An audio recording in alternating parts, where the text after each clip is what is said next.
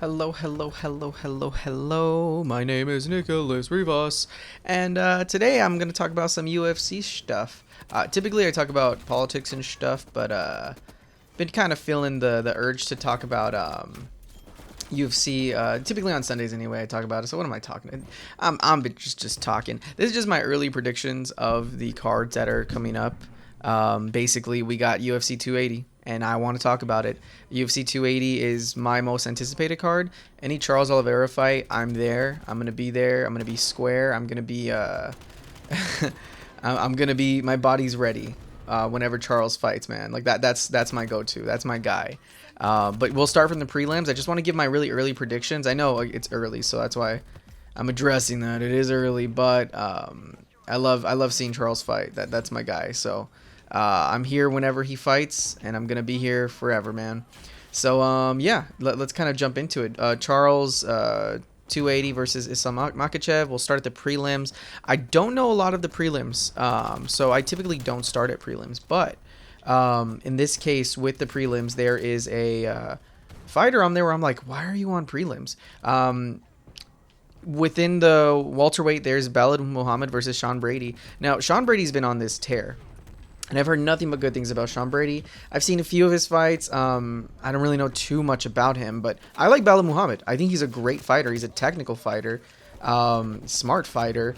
So why is he on the bottom? I know he's not a big draw, but he's been killing it. He's on this like win streak.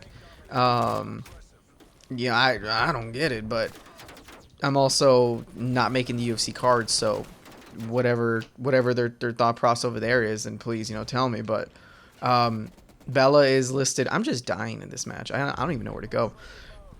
Bella is listed not in favor against Sean Brady, which I don't get. I know Sean Brady's on this tear. I know he's killing it, and Belal Muhammad isn't like a finisher, but he's a very good technical fighter.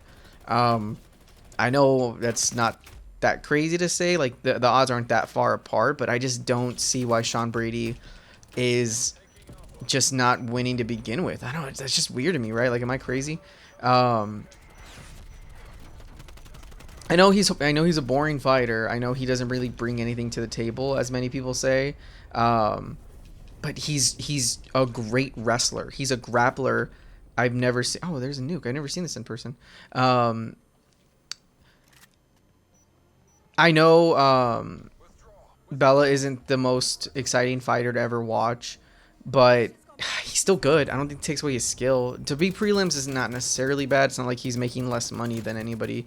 I want him to get a welterweight shot though. Like I think he could have taken Leon. I think he could have did pretty good with Leon Edwards. So I mean, we'll see. But my bets are Bella. I'm going with Belal Muhammad. Again, Sean Brady's great. He's a great striker, but I think Belal Muhammad is just a really tanky guy who knows how to control the situation. Could be off, but we'll see. Next is Katlyn Chookagian versus Manon Fiorot. The flyweight division is funny because I feel like a lot of the fighters there are good, right? But I don't hear much about them because they're overshadowed amongst other fighters. So pulling up the top ranked in the female division for flyweights, you have Valentina Shevchenko. You have next is Katlyn Chookagian. So she's potentially going to get a belt chance if she beats Manon Fiorot. I don't know much about Fiorot. I've been seeing Katlyn go up the rankings, but to be sent up in the rankings of the flyweight division is very interesting because I don't think she's went on this tear of a win. I think she's been doing pretty good, but someone like Dalia Santos, I didn't know too much about to begin with either, and she put up Valentina with a good fight. I think Valentina is just kind of overshadowing these women. So that's what makes it hard. But Katlyn Chookagian is on a 4-fight win streak. 2 first-round finishes, 2 wins by knockout. Her record's really good, 18-4. I mean, that's incredible. Looking at Manon Fiorot, she's on a 10-fight win streak, 6 wins by knockout. See, I haven't heard much about her. That's incredible. This is gonna be a good fight. Now I'm kind of seeing why they started off with them. I'm gonna go. I always got to give it to the #1 ranked guy because they're coming in with a lot of a lot of leverage under their belt in a sense. So yeah, I'm gonna go with Katlyn Chookagian. Just given just her position, her in the rankings. I don't know too much about her. But then we go to the Beneil Dariush versus Mateusz Gamrot. Now Mateusz Gamrot, I've heard here and there. The guy is 21-1, going against a 21-4 Beneil Dariush. Now Beneil is good. Beneil, unfortunately, suffers from a lot of Belal Muhammad, where people don't talk about him. He's in a stacked division. The lightweight division is probably the worst division to be in. So to hear his challenges, who he has to go against, that's terrifying. But he holds his own. He has some good wins. I think he could have put up a good fight with Islam Makhachev, and from what I'm hearing is that he is the stand-in for if Charles or Islam has to back out, which honestly, given the Tony Ferguson curse, I can see one of these guys backing out and canceling the whole event, which I don't want. I want to see this fight, but I'm gonna go with Beneil. I know Mateusz Gamrot is this guy coming up and he's blowing it up in the division, but people like Belal Muhammad, people like Beneil Dariush are technically really good, are great fighters, are tough as hell, and they don't get a lot of the credit because they're not the most exciting fighter. I can see Beneil getting a lightweight title if he wins this and continues his run. So I'm going with Beneil. Beneil should win this. The next one. Petr versus Sean O'Malley. The Lord giveth and we shall receive. That is a fight I am so excited for. Petr Yan is easily the greatest fighter in the UFC right now. Yeah, he has a lot to work on, and seeing his fight with Aljamain Sterling was very disappointing because he kept giving his back away. But he's still a technical fighter at heart, one of the greatest strikers, one of the smartest fighters. I think the pressure got to him given how he ended his bout defense with Aljo the first time. I think we saw a cautious Aljo, or a cautious Petr Yan and a confident Aljo. So I'm not taking that away from Aljo because Aljo is a great fighter, but I think Petr Yan is get stronger and better, and he does have to pick up in his fights. That's what makes him a scary fighter. Is when he does do good, it's usually because he's coming in towards the end of the belt. Why he does that, I don't know. I'm not in his head, but he is the type of guy to do better when he is withstanding, and that's what he's known for. He has this chin, he has this intellect, he has this grit to stay in the fight and not gas out, and basically eat people alive by the end of the rounds, so that he could dismantle them. Like that's Petr Yan's game plan. The guy gets stronger as the games go by, and that's how he wins. Now this is going to be a 3-round fight, so Sean O'Malley in the inverse typically does his best when he is in his earlier rounds. He knocks people out pretty early. He does pick them apart. He does get people's defenses down. Not to say he's just a 1-round knockout kind of guy. He is actually a lot more technical, and I think more technical than people try to give him.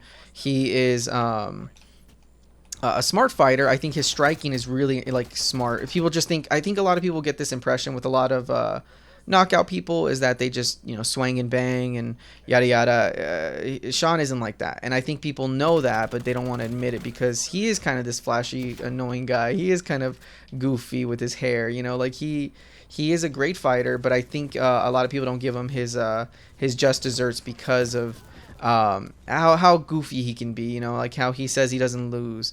So I'm gonna actually go with Sean. I'm just kidding. Petr Yan's gonna destroy him. I think even though Sean is a great fighter, and even though he's proven himself to be intellect with his strikes, he's been smart to adjust. I still think he was losing to Cheeto, and people like Cheeto would get dismantled by Petr. So I don't think there's a world where Sean's striking or punches could hurt Petr. Now, I could be wrong. This could be the upset of this history, but Petr Yan is that dangerous. I think it's what I always use is, the Suns back in the 90s were a really good team. I think a solid team. And if they fought any other team, they probably would have won pretty easy. The issue is when they went to the finals, they went against Michael Jordan Bulls. I think there's some times in history where you're going against just the best people, and the stars are aligning to be the best people. I mean, look at the team. You had, you had Kerr, you had or yeah, you had Steve Kerr, you had Scottie Pippen, you had Dennis Rodman. Like, that team with Michael Jordan made it a unmovable force, or what is it called, like unstoppable force. So yeah, I don't see a world where anybody beats Petr right now. Like, I think you give him Aljo again, he's going to adjust smartly and strongly. Like, he's just going to dismantle him. Even though I think Aljo's great, and I would never sleep on Aljo again after seeing what happened, I don't think that was the Petr Yan that we were supposed to see. And Aljo's smart. Aljo knew what he was doing. Like, not to take that credit away from him. But, again, I have to reiterate, Petr is just that good. And I will stand by that, given his resume, given how he tears up to people, and the thing is, he's just getting better. Even though he can take some damage, and I'm scared that he's going to take too much damage, he is getting better with his strength, with his intellect.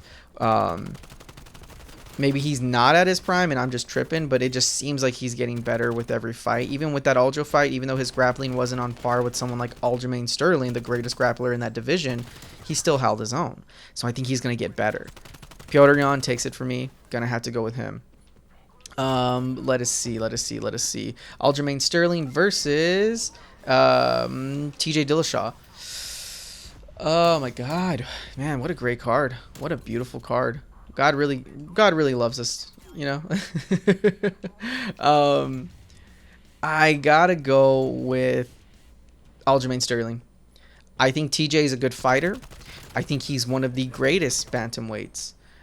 Even with EPO use, I don't like to give people any credit when they do, but the guy is technical. The guy is, I'm gonna keep saying that damn word, technical. The guy is smart, and he knows how to use his strengths. He knows how to use his power. He knows how to use his he's an all-around fighter. Even though people don't really find him that, exciting. Like, the bantamweight division was always plagued with, like, kind of boring fights. TJ never really got that, and even though he wasn't the most exciting, he still got a lot of credit, I think, for really making the bantamweight division alive. People like Henry Cejudo too, of course.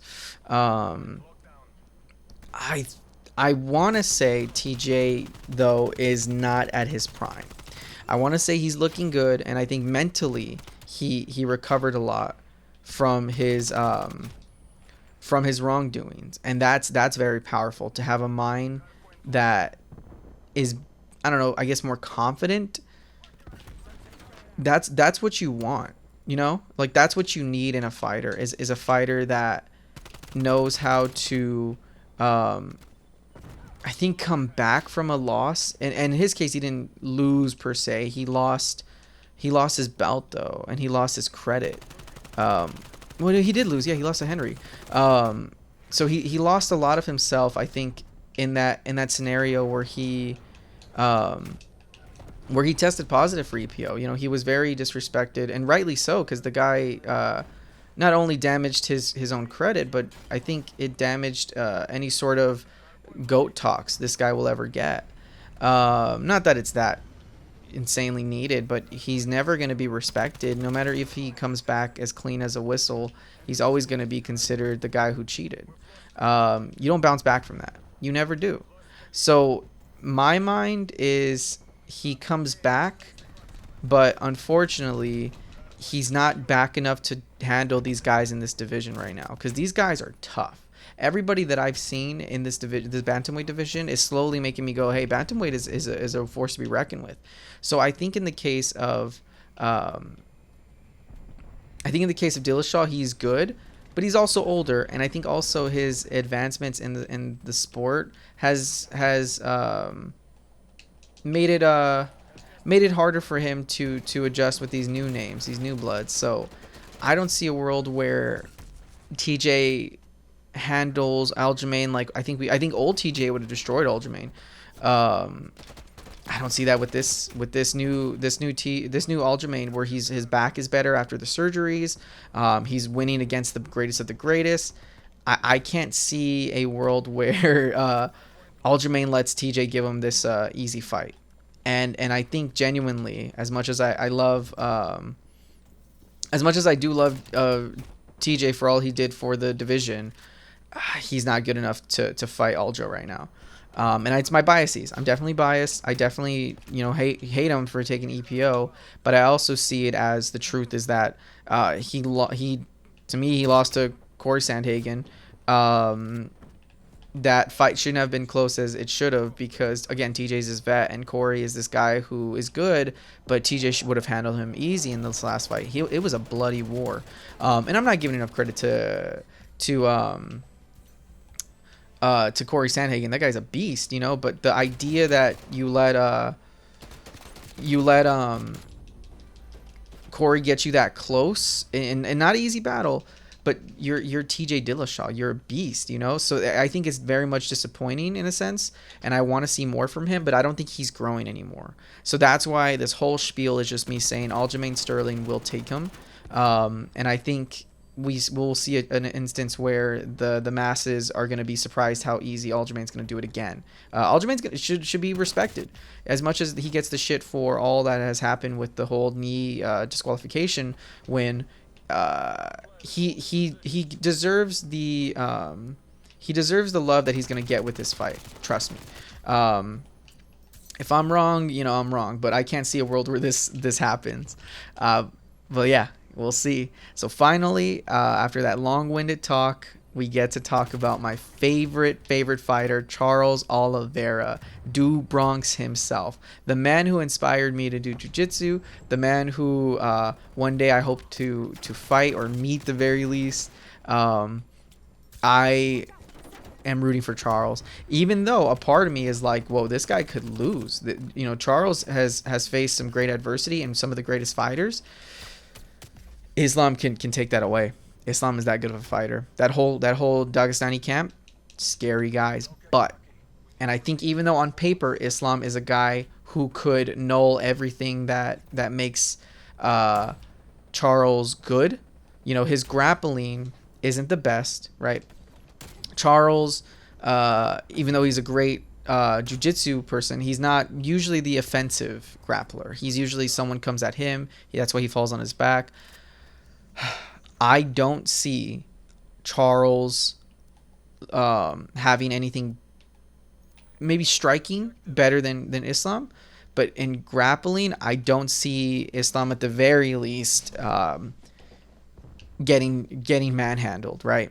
Which is expected. Everyone knows that. Charles knows that. Like, he's going into this fight with a guy who's probably going to try to nullify his grappling. So, with all that being said, that whole long-winded talk, it's basically, I say long-winded, that's actually been the shortest from all the other fighters I've been talking about. Islam, as good as he is, and I think he's great enough grappler for him just to win alone on that. I don't think he's been battle tested enough because they've thrown him to the wolves here. He was supposed to fight Beneil, and I think Beneil would have made him run for his money. Even though that wasn't the case, and I think Beneil would have had a good fight with him, we never saw that. And so I don't know how battle-tested Islam is. I don't know how much preparation comes into his fights because many people just didn't want to fight him and avoided him. I don't know how much of that is going to be... Like, when someone has prep time, that helps. That helps a lot. So... Is Charles going to be the first guy who's actually had enough prep for him? The top echelon guys,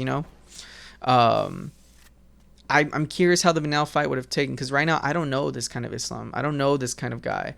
I don't know what he's going to bring to the table other than his grappling, because his strikes seem fine, I guess, but I don't know. So could be my biases. It could be just me wanting to ride and die with Charles because that's my favorite fighter. I still think that Do Bronx has been battle tested enough. He's been intellectually getting better. He's been sharpening his tools. I think Charles will take it solely on the fact that he is just more of a vet, and I think he's technically a better striker than we're giving him. I think many people like to dismiss it because he's always just been winning with his submissions, but against Chandler, a guy who knows how to wrestle, it was a striking battle. And even though Chandler was not necessarily scared of his wrestling, because I think that's how you nullify Charles. You have someone like Paul Felder who wasn't scared of his grappling and took him to the floor and went with him. These guys like Dustin and Gaethje were like scared, you know. So I genuinely believe that they have a good chance to stop his grappling and maybe scare him from getting submissions. But Charles is going to swing, and he hits hard. So I got to give it to Charles. Charles Oliveira has to win this by strikes, and I think he will. If he wins through submission, that just solidifies him even more as the GOAT. But I think in the lightweight division, Charles is good, and he's on a hot streak, and he's killing it. But don't bet against him. It's weird that we're still betting against this guy. He's proven himself every single time, and we're still betting against him. It doesn't make sense to me, but again, I'm not making the cards, so we'll see how it goes. I think it's a good spot to end it here. Those are my predictions. Thank you so much. Y'all have a good one, and I'll let the gameplay ride. Gabagoo.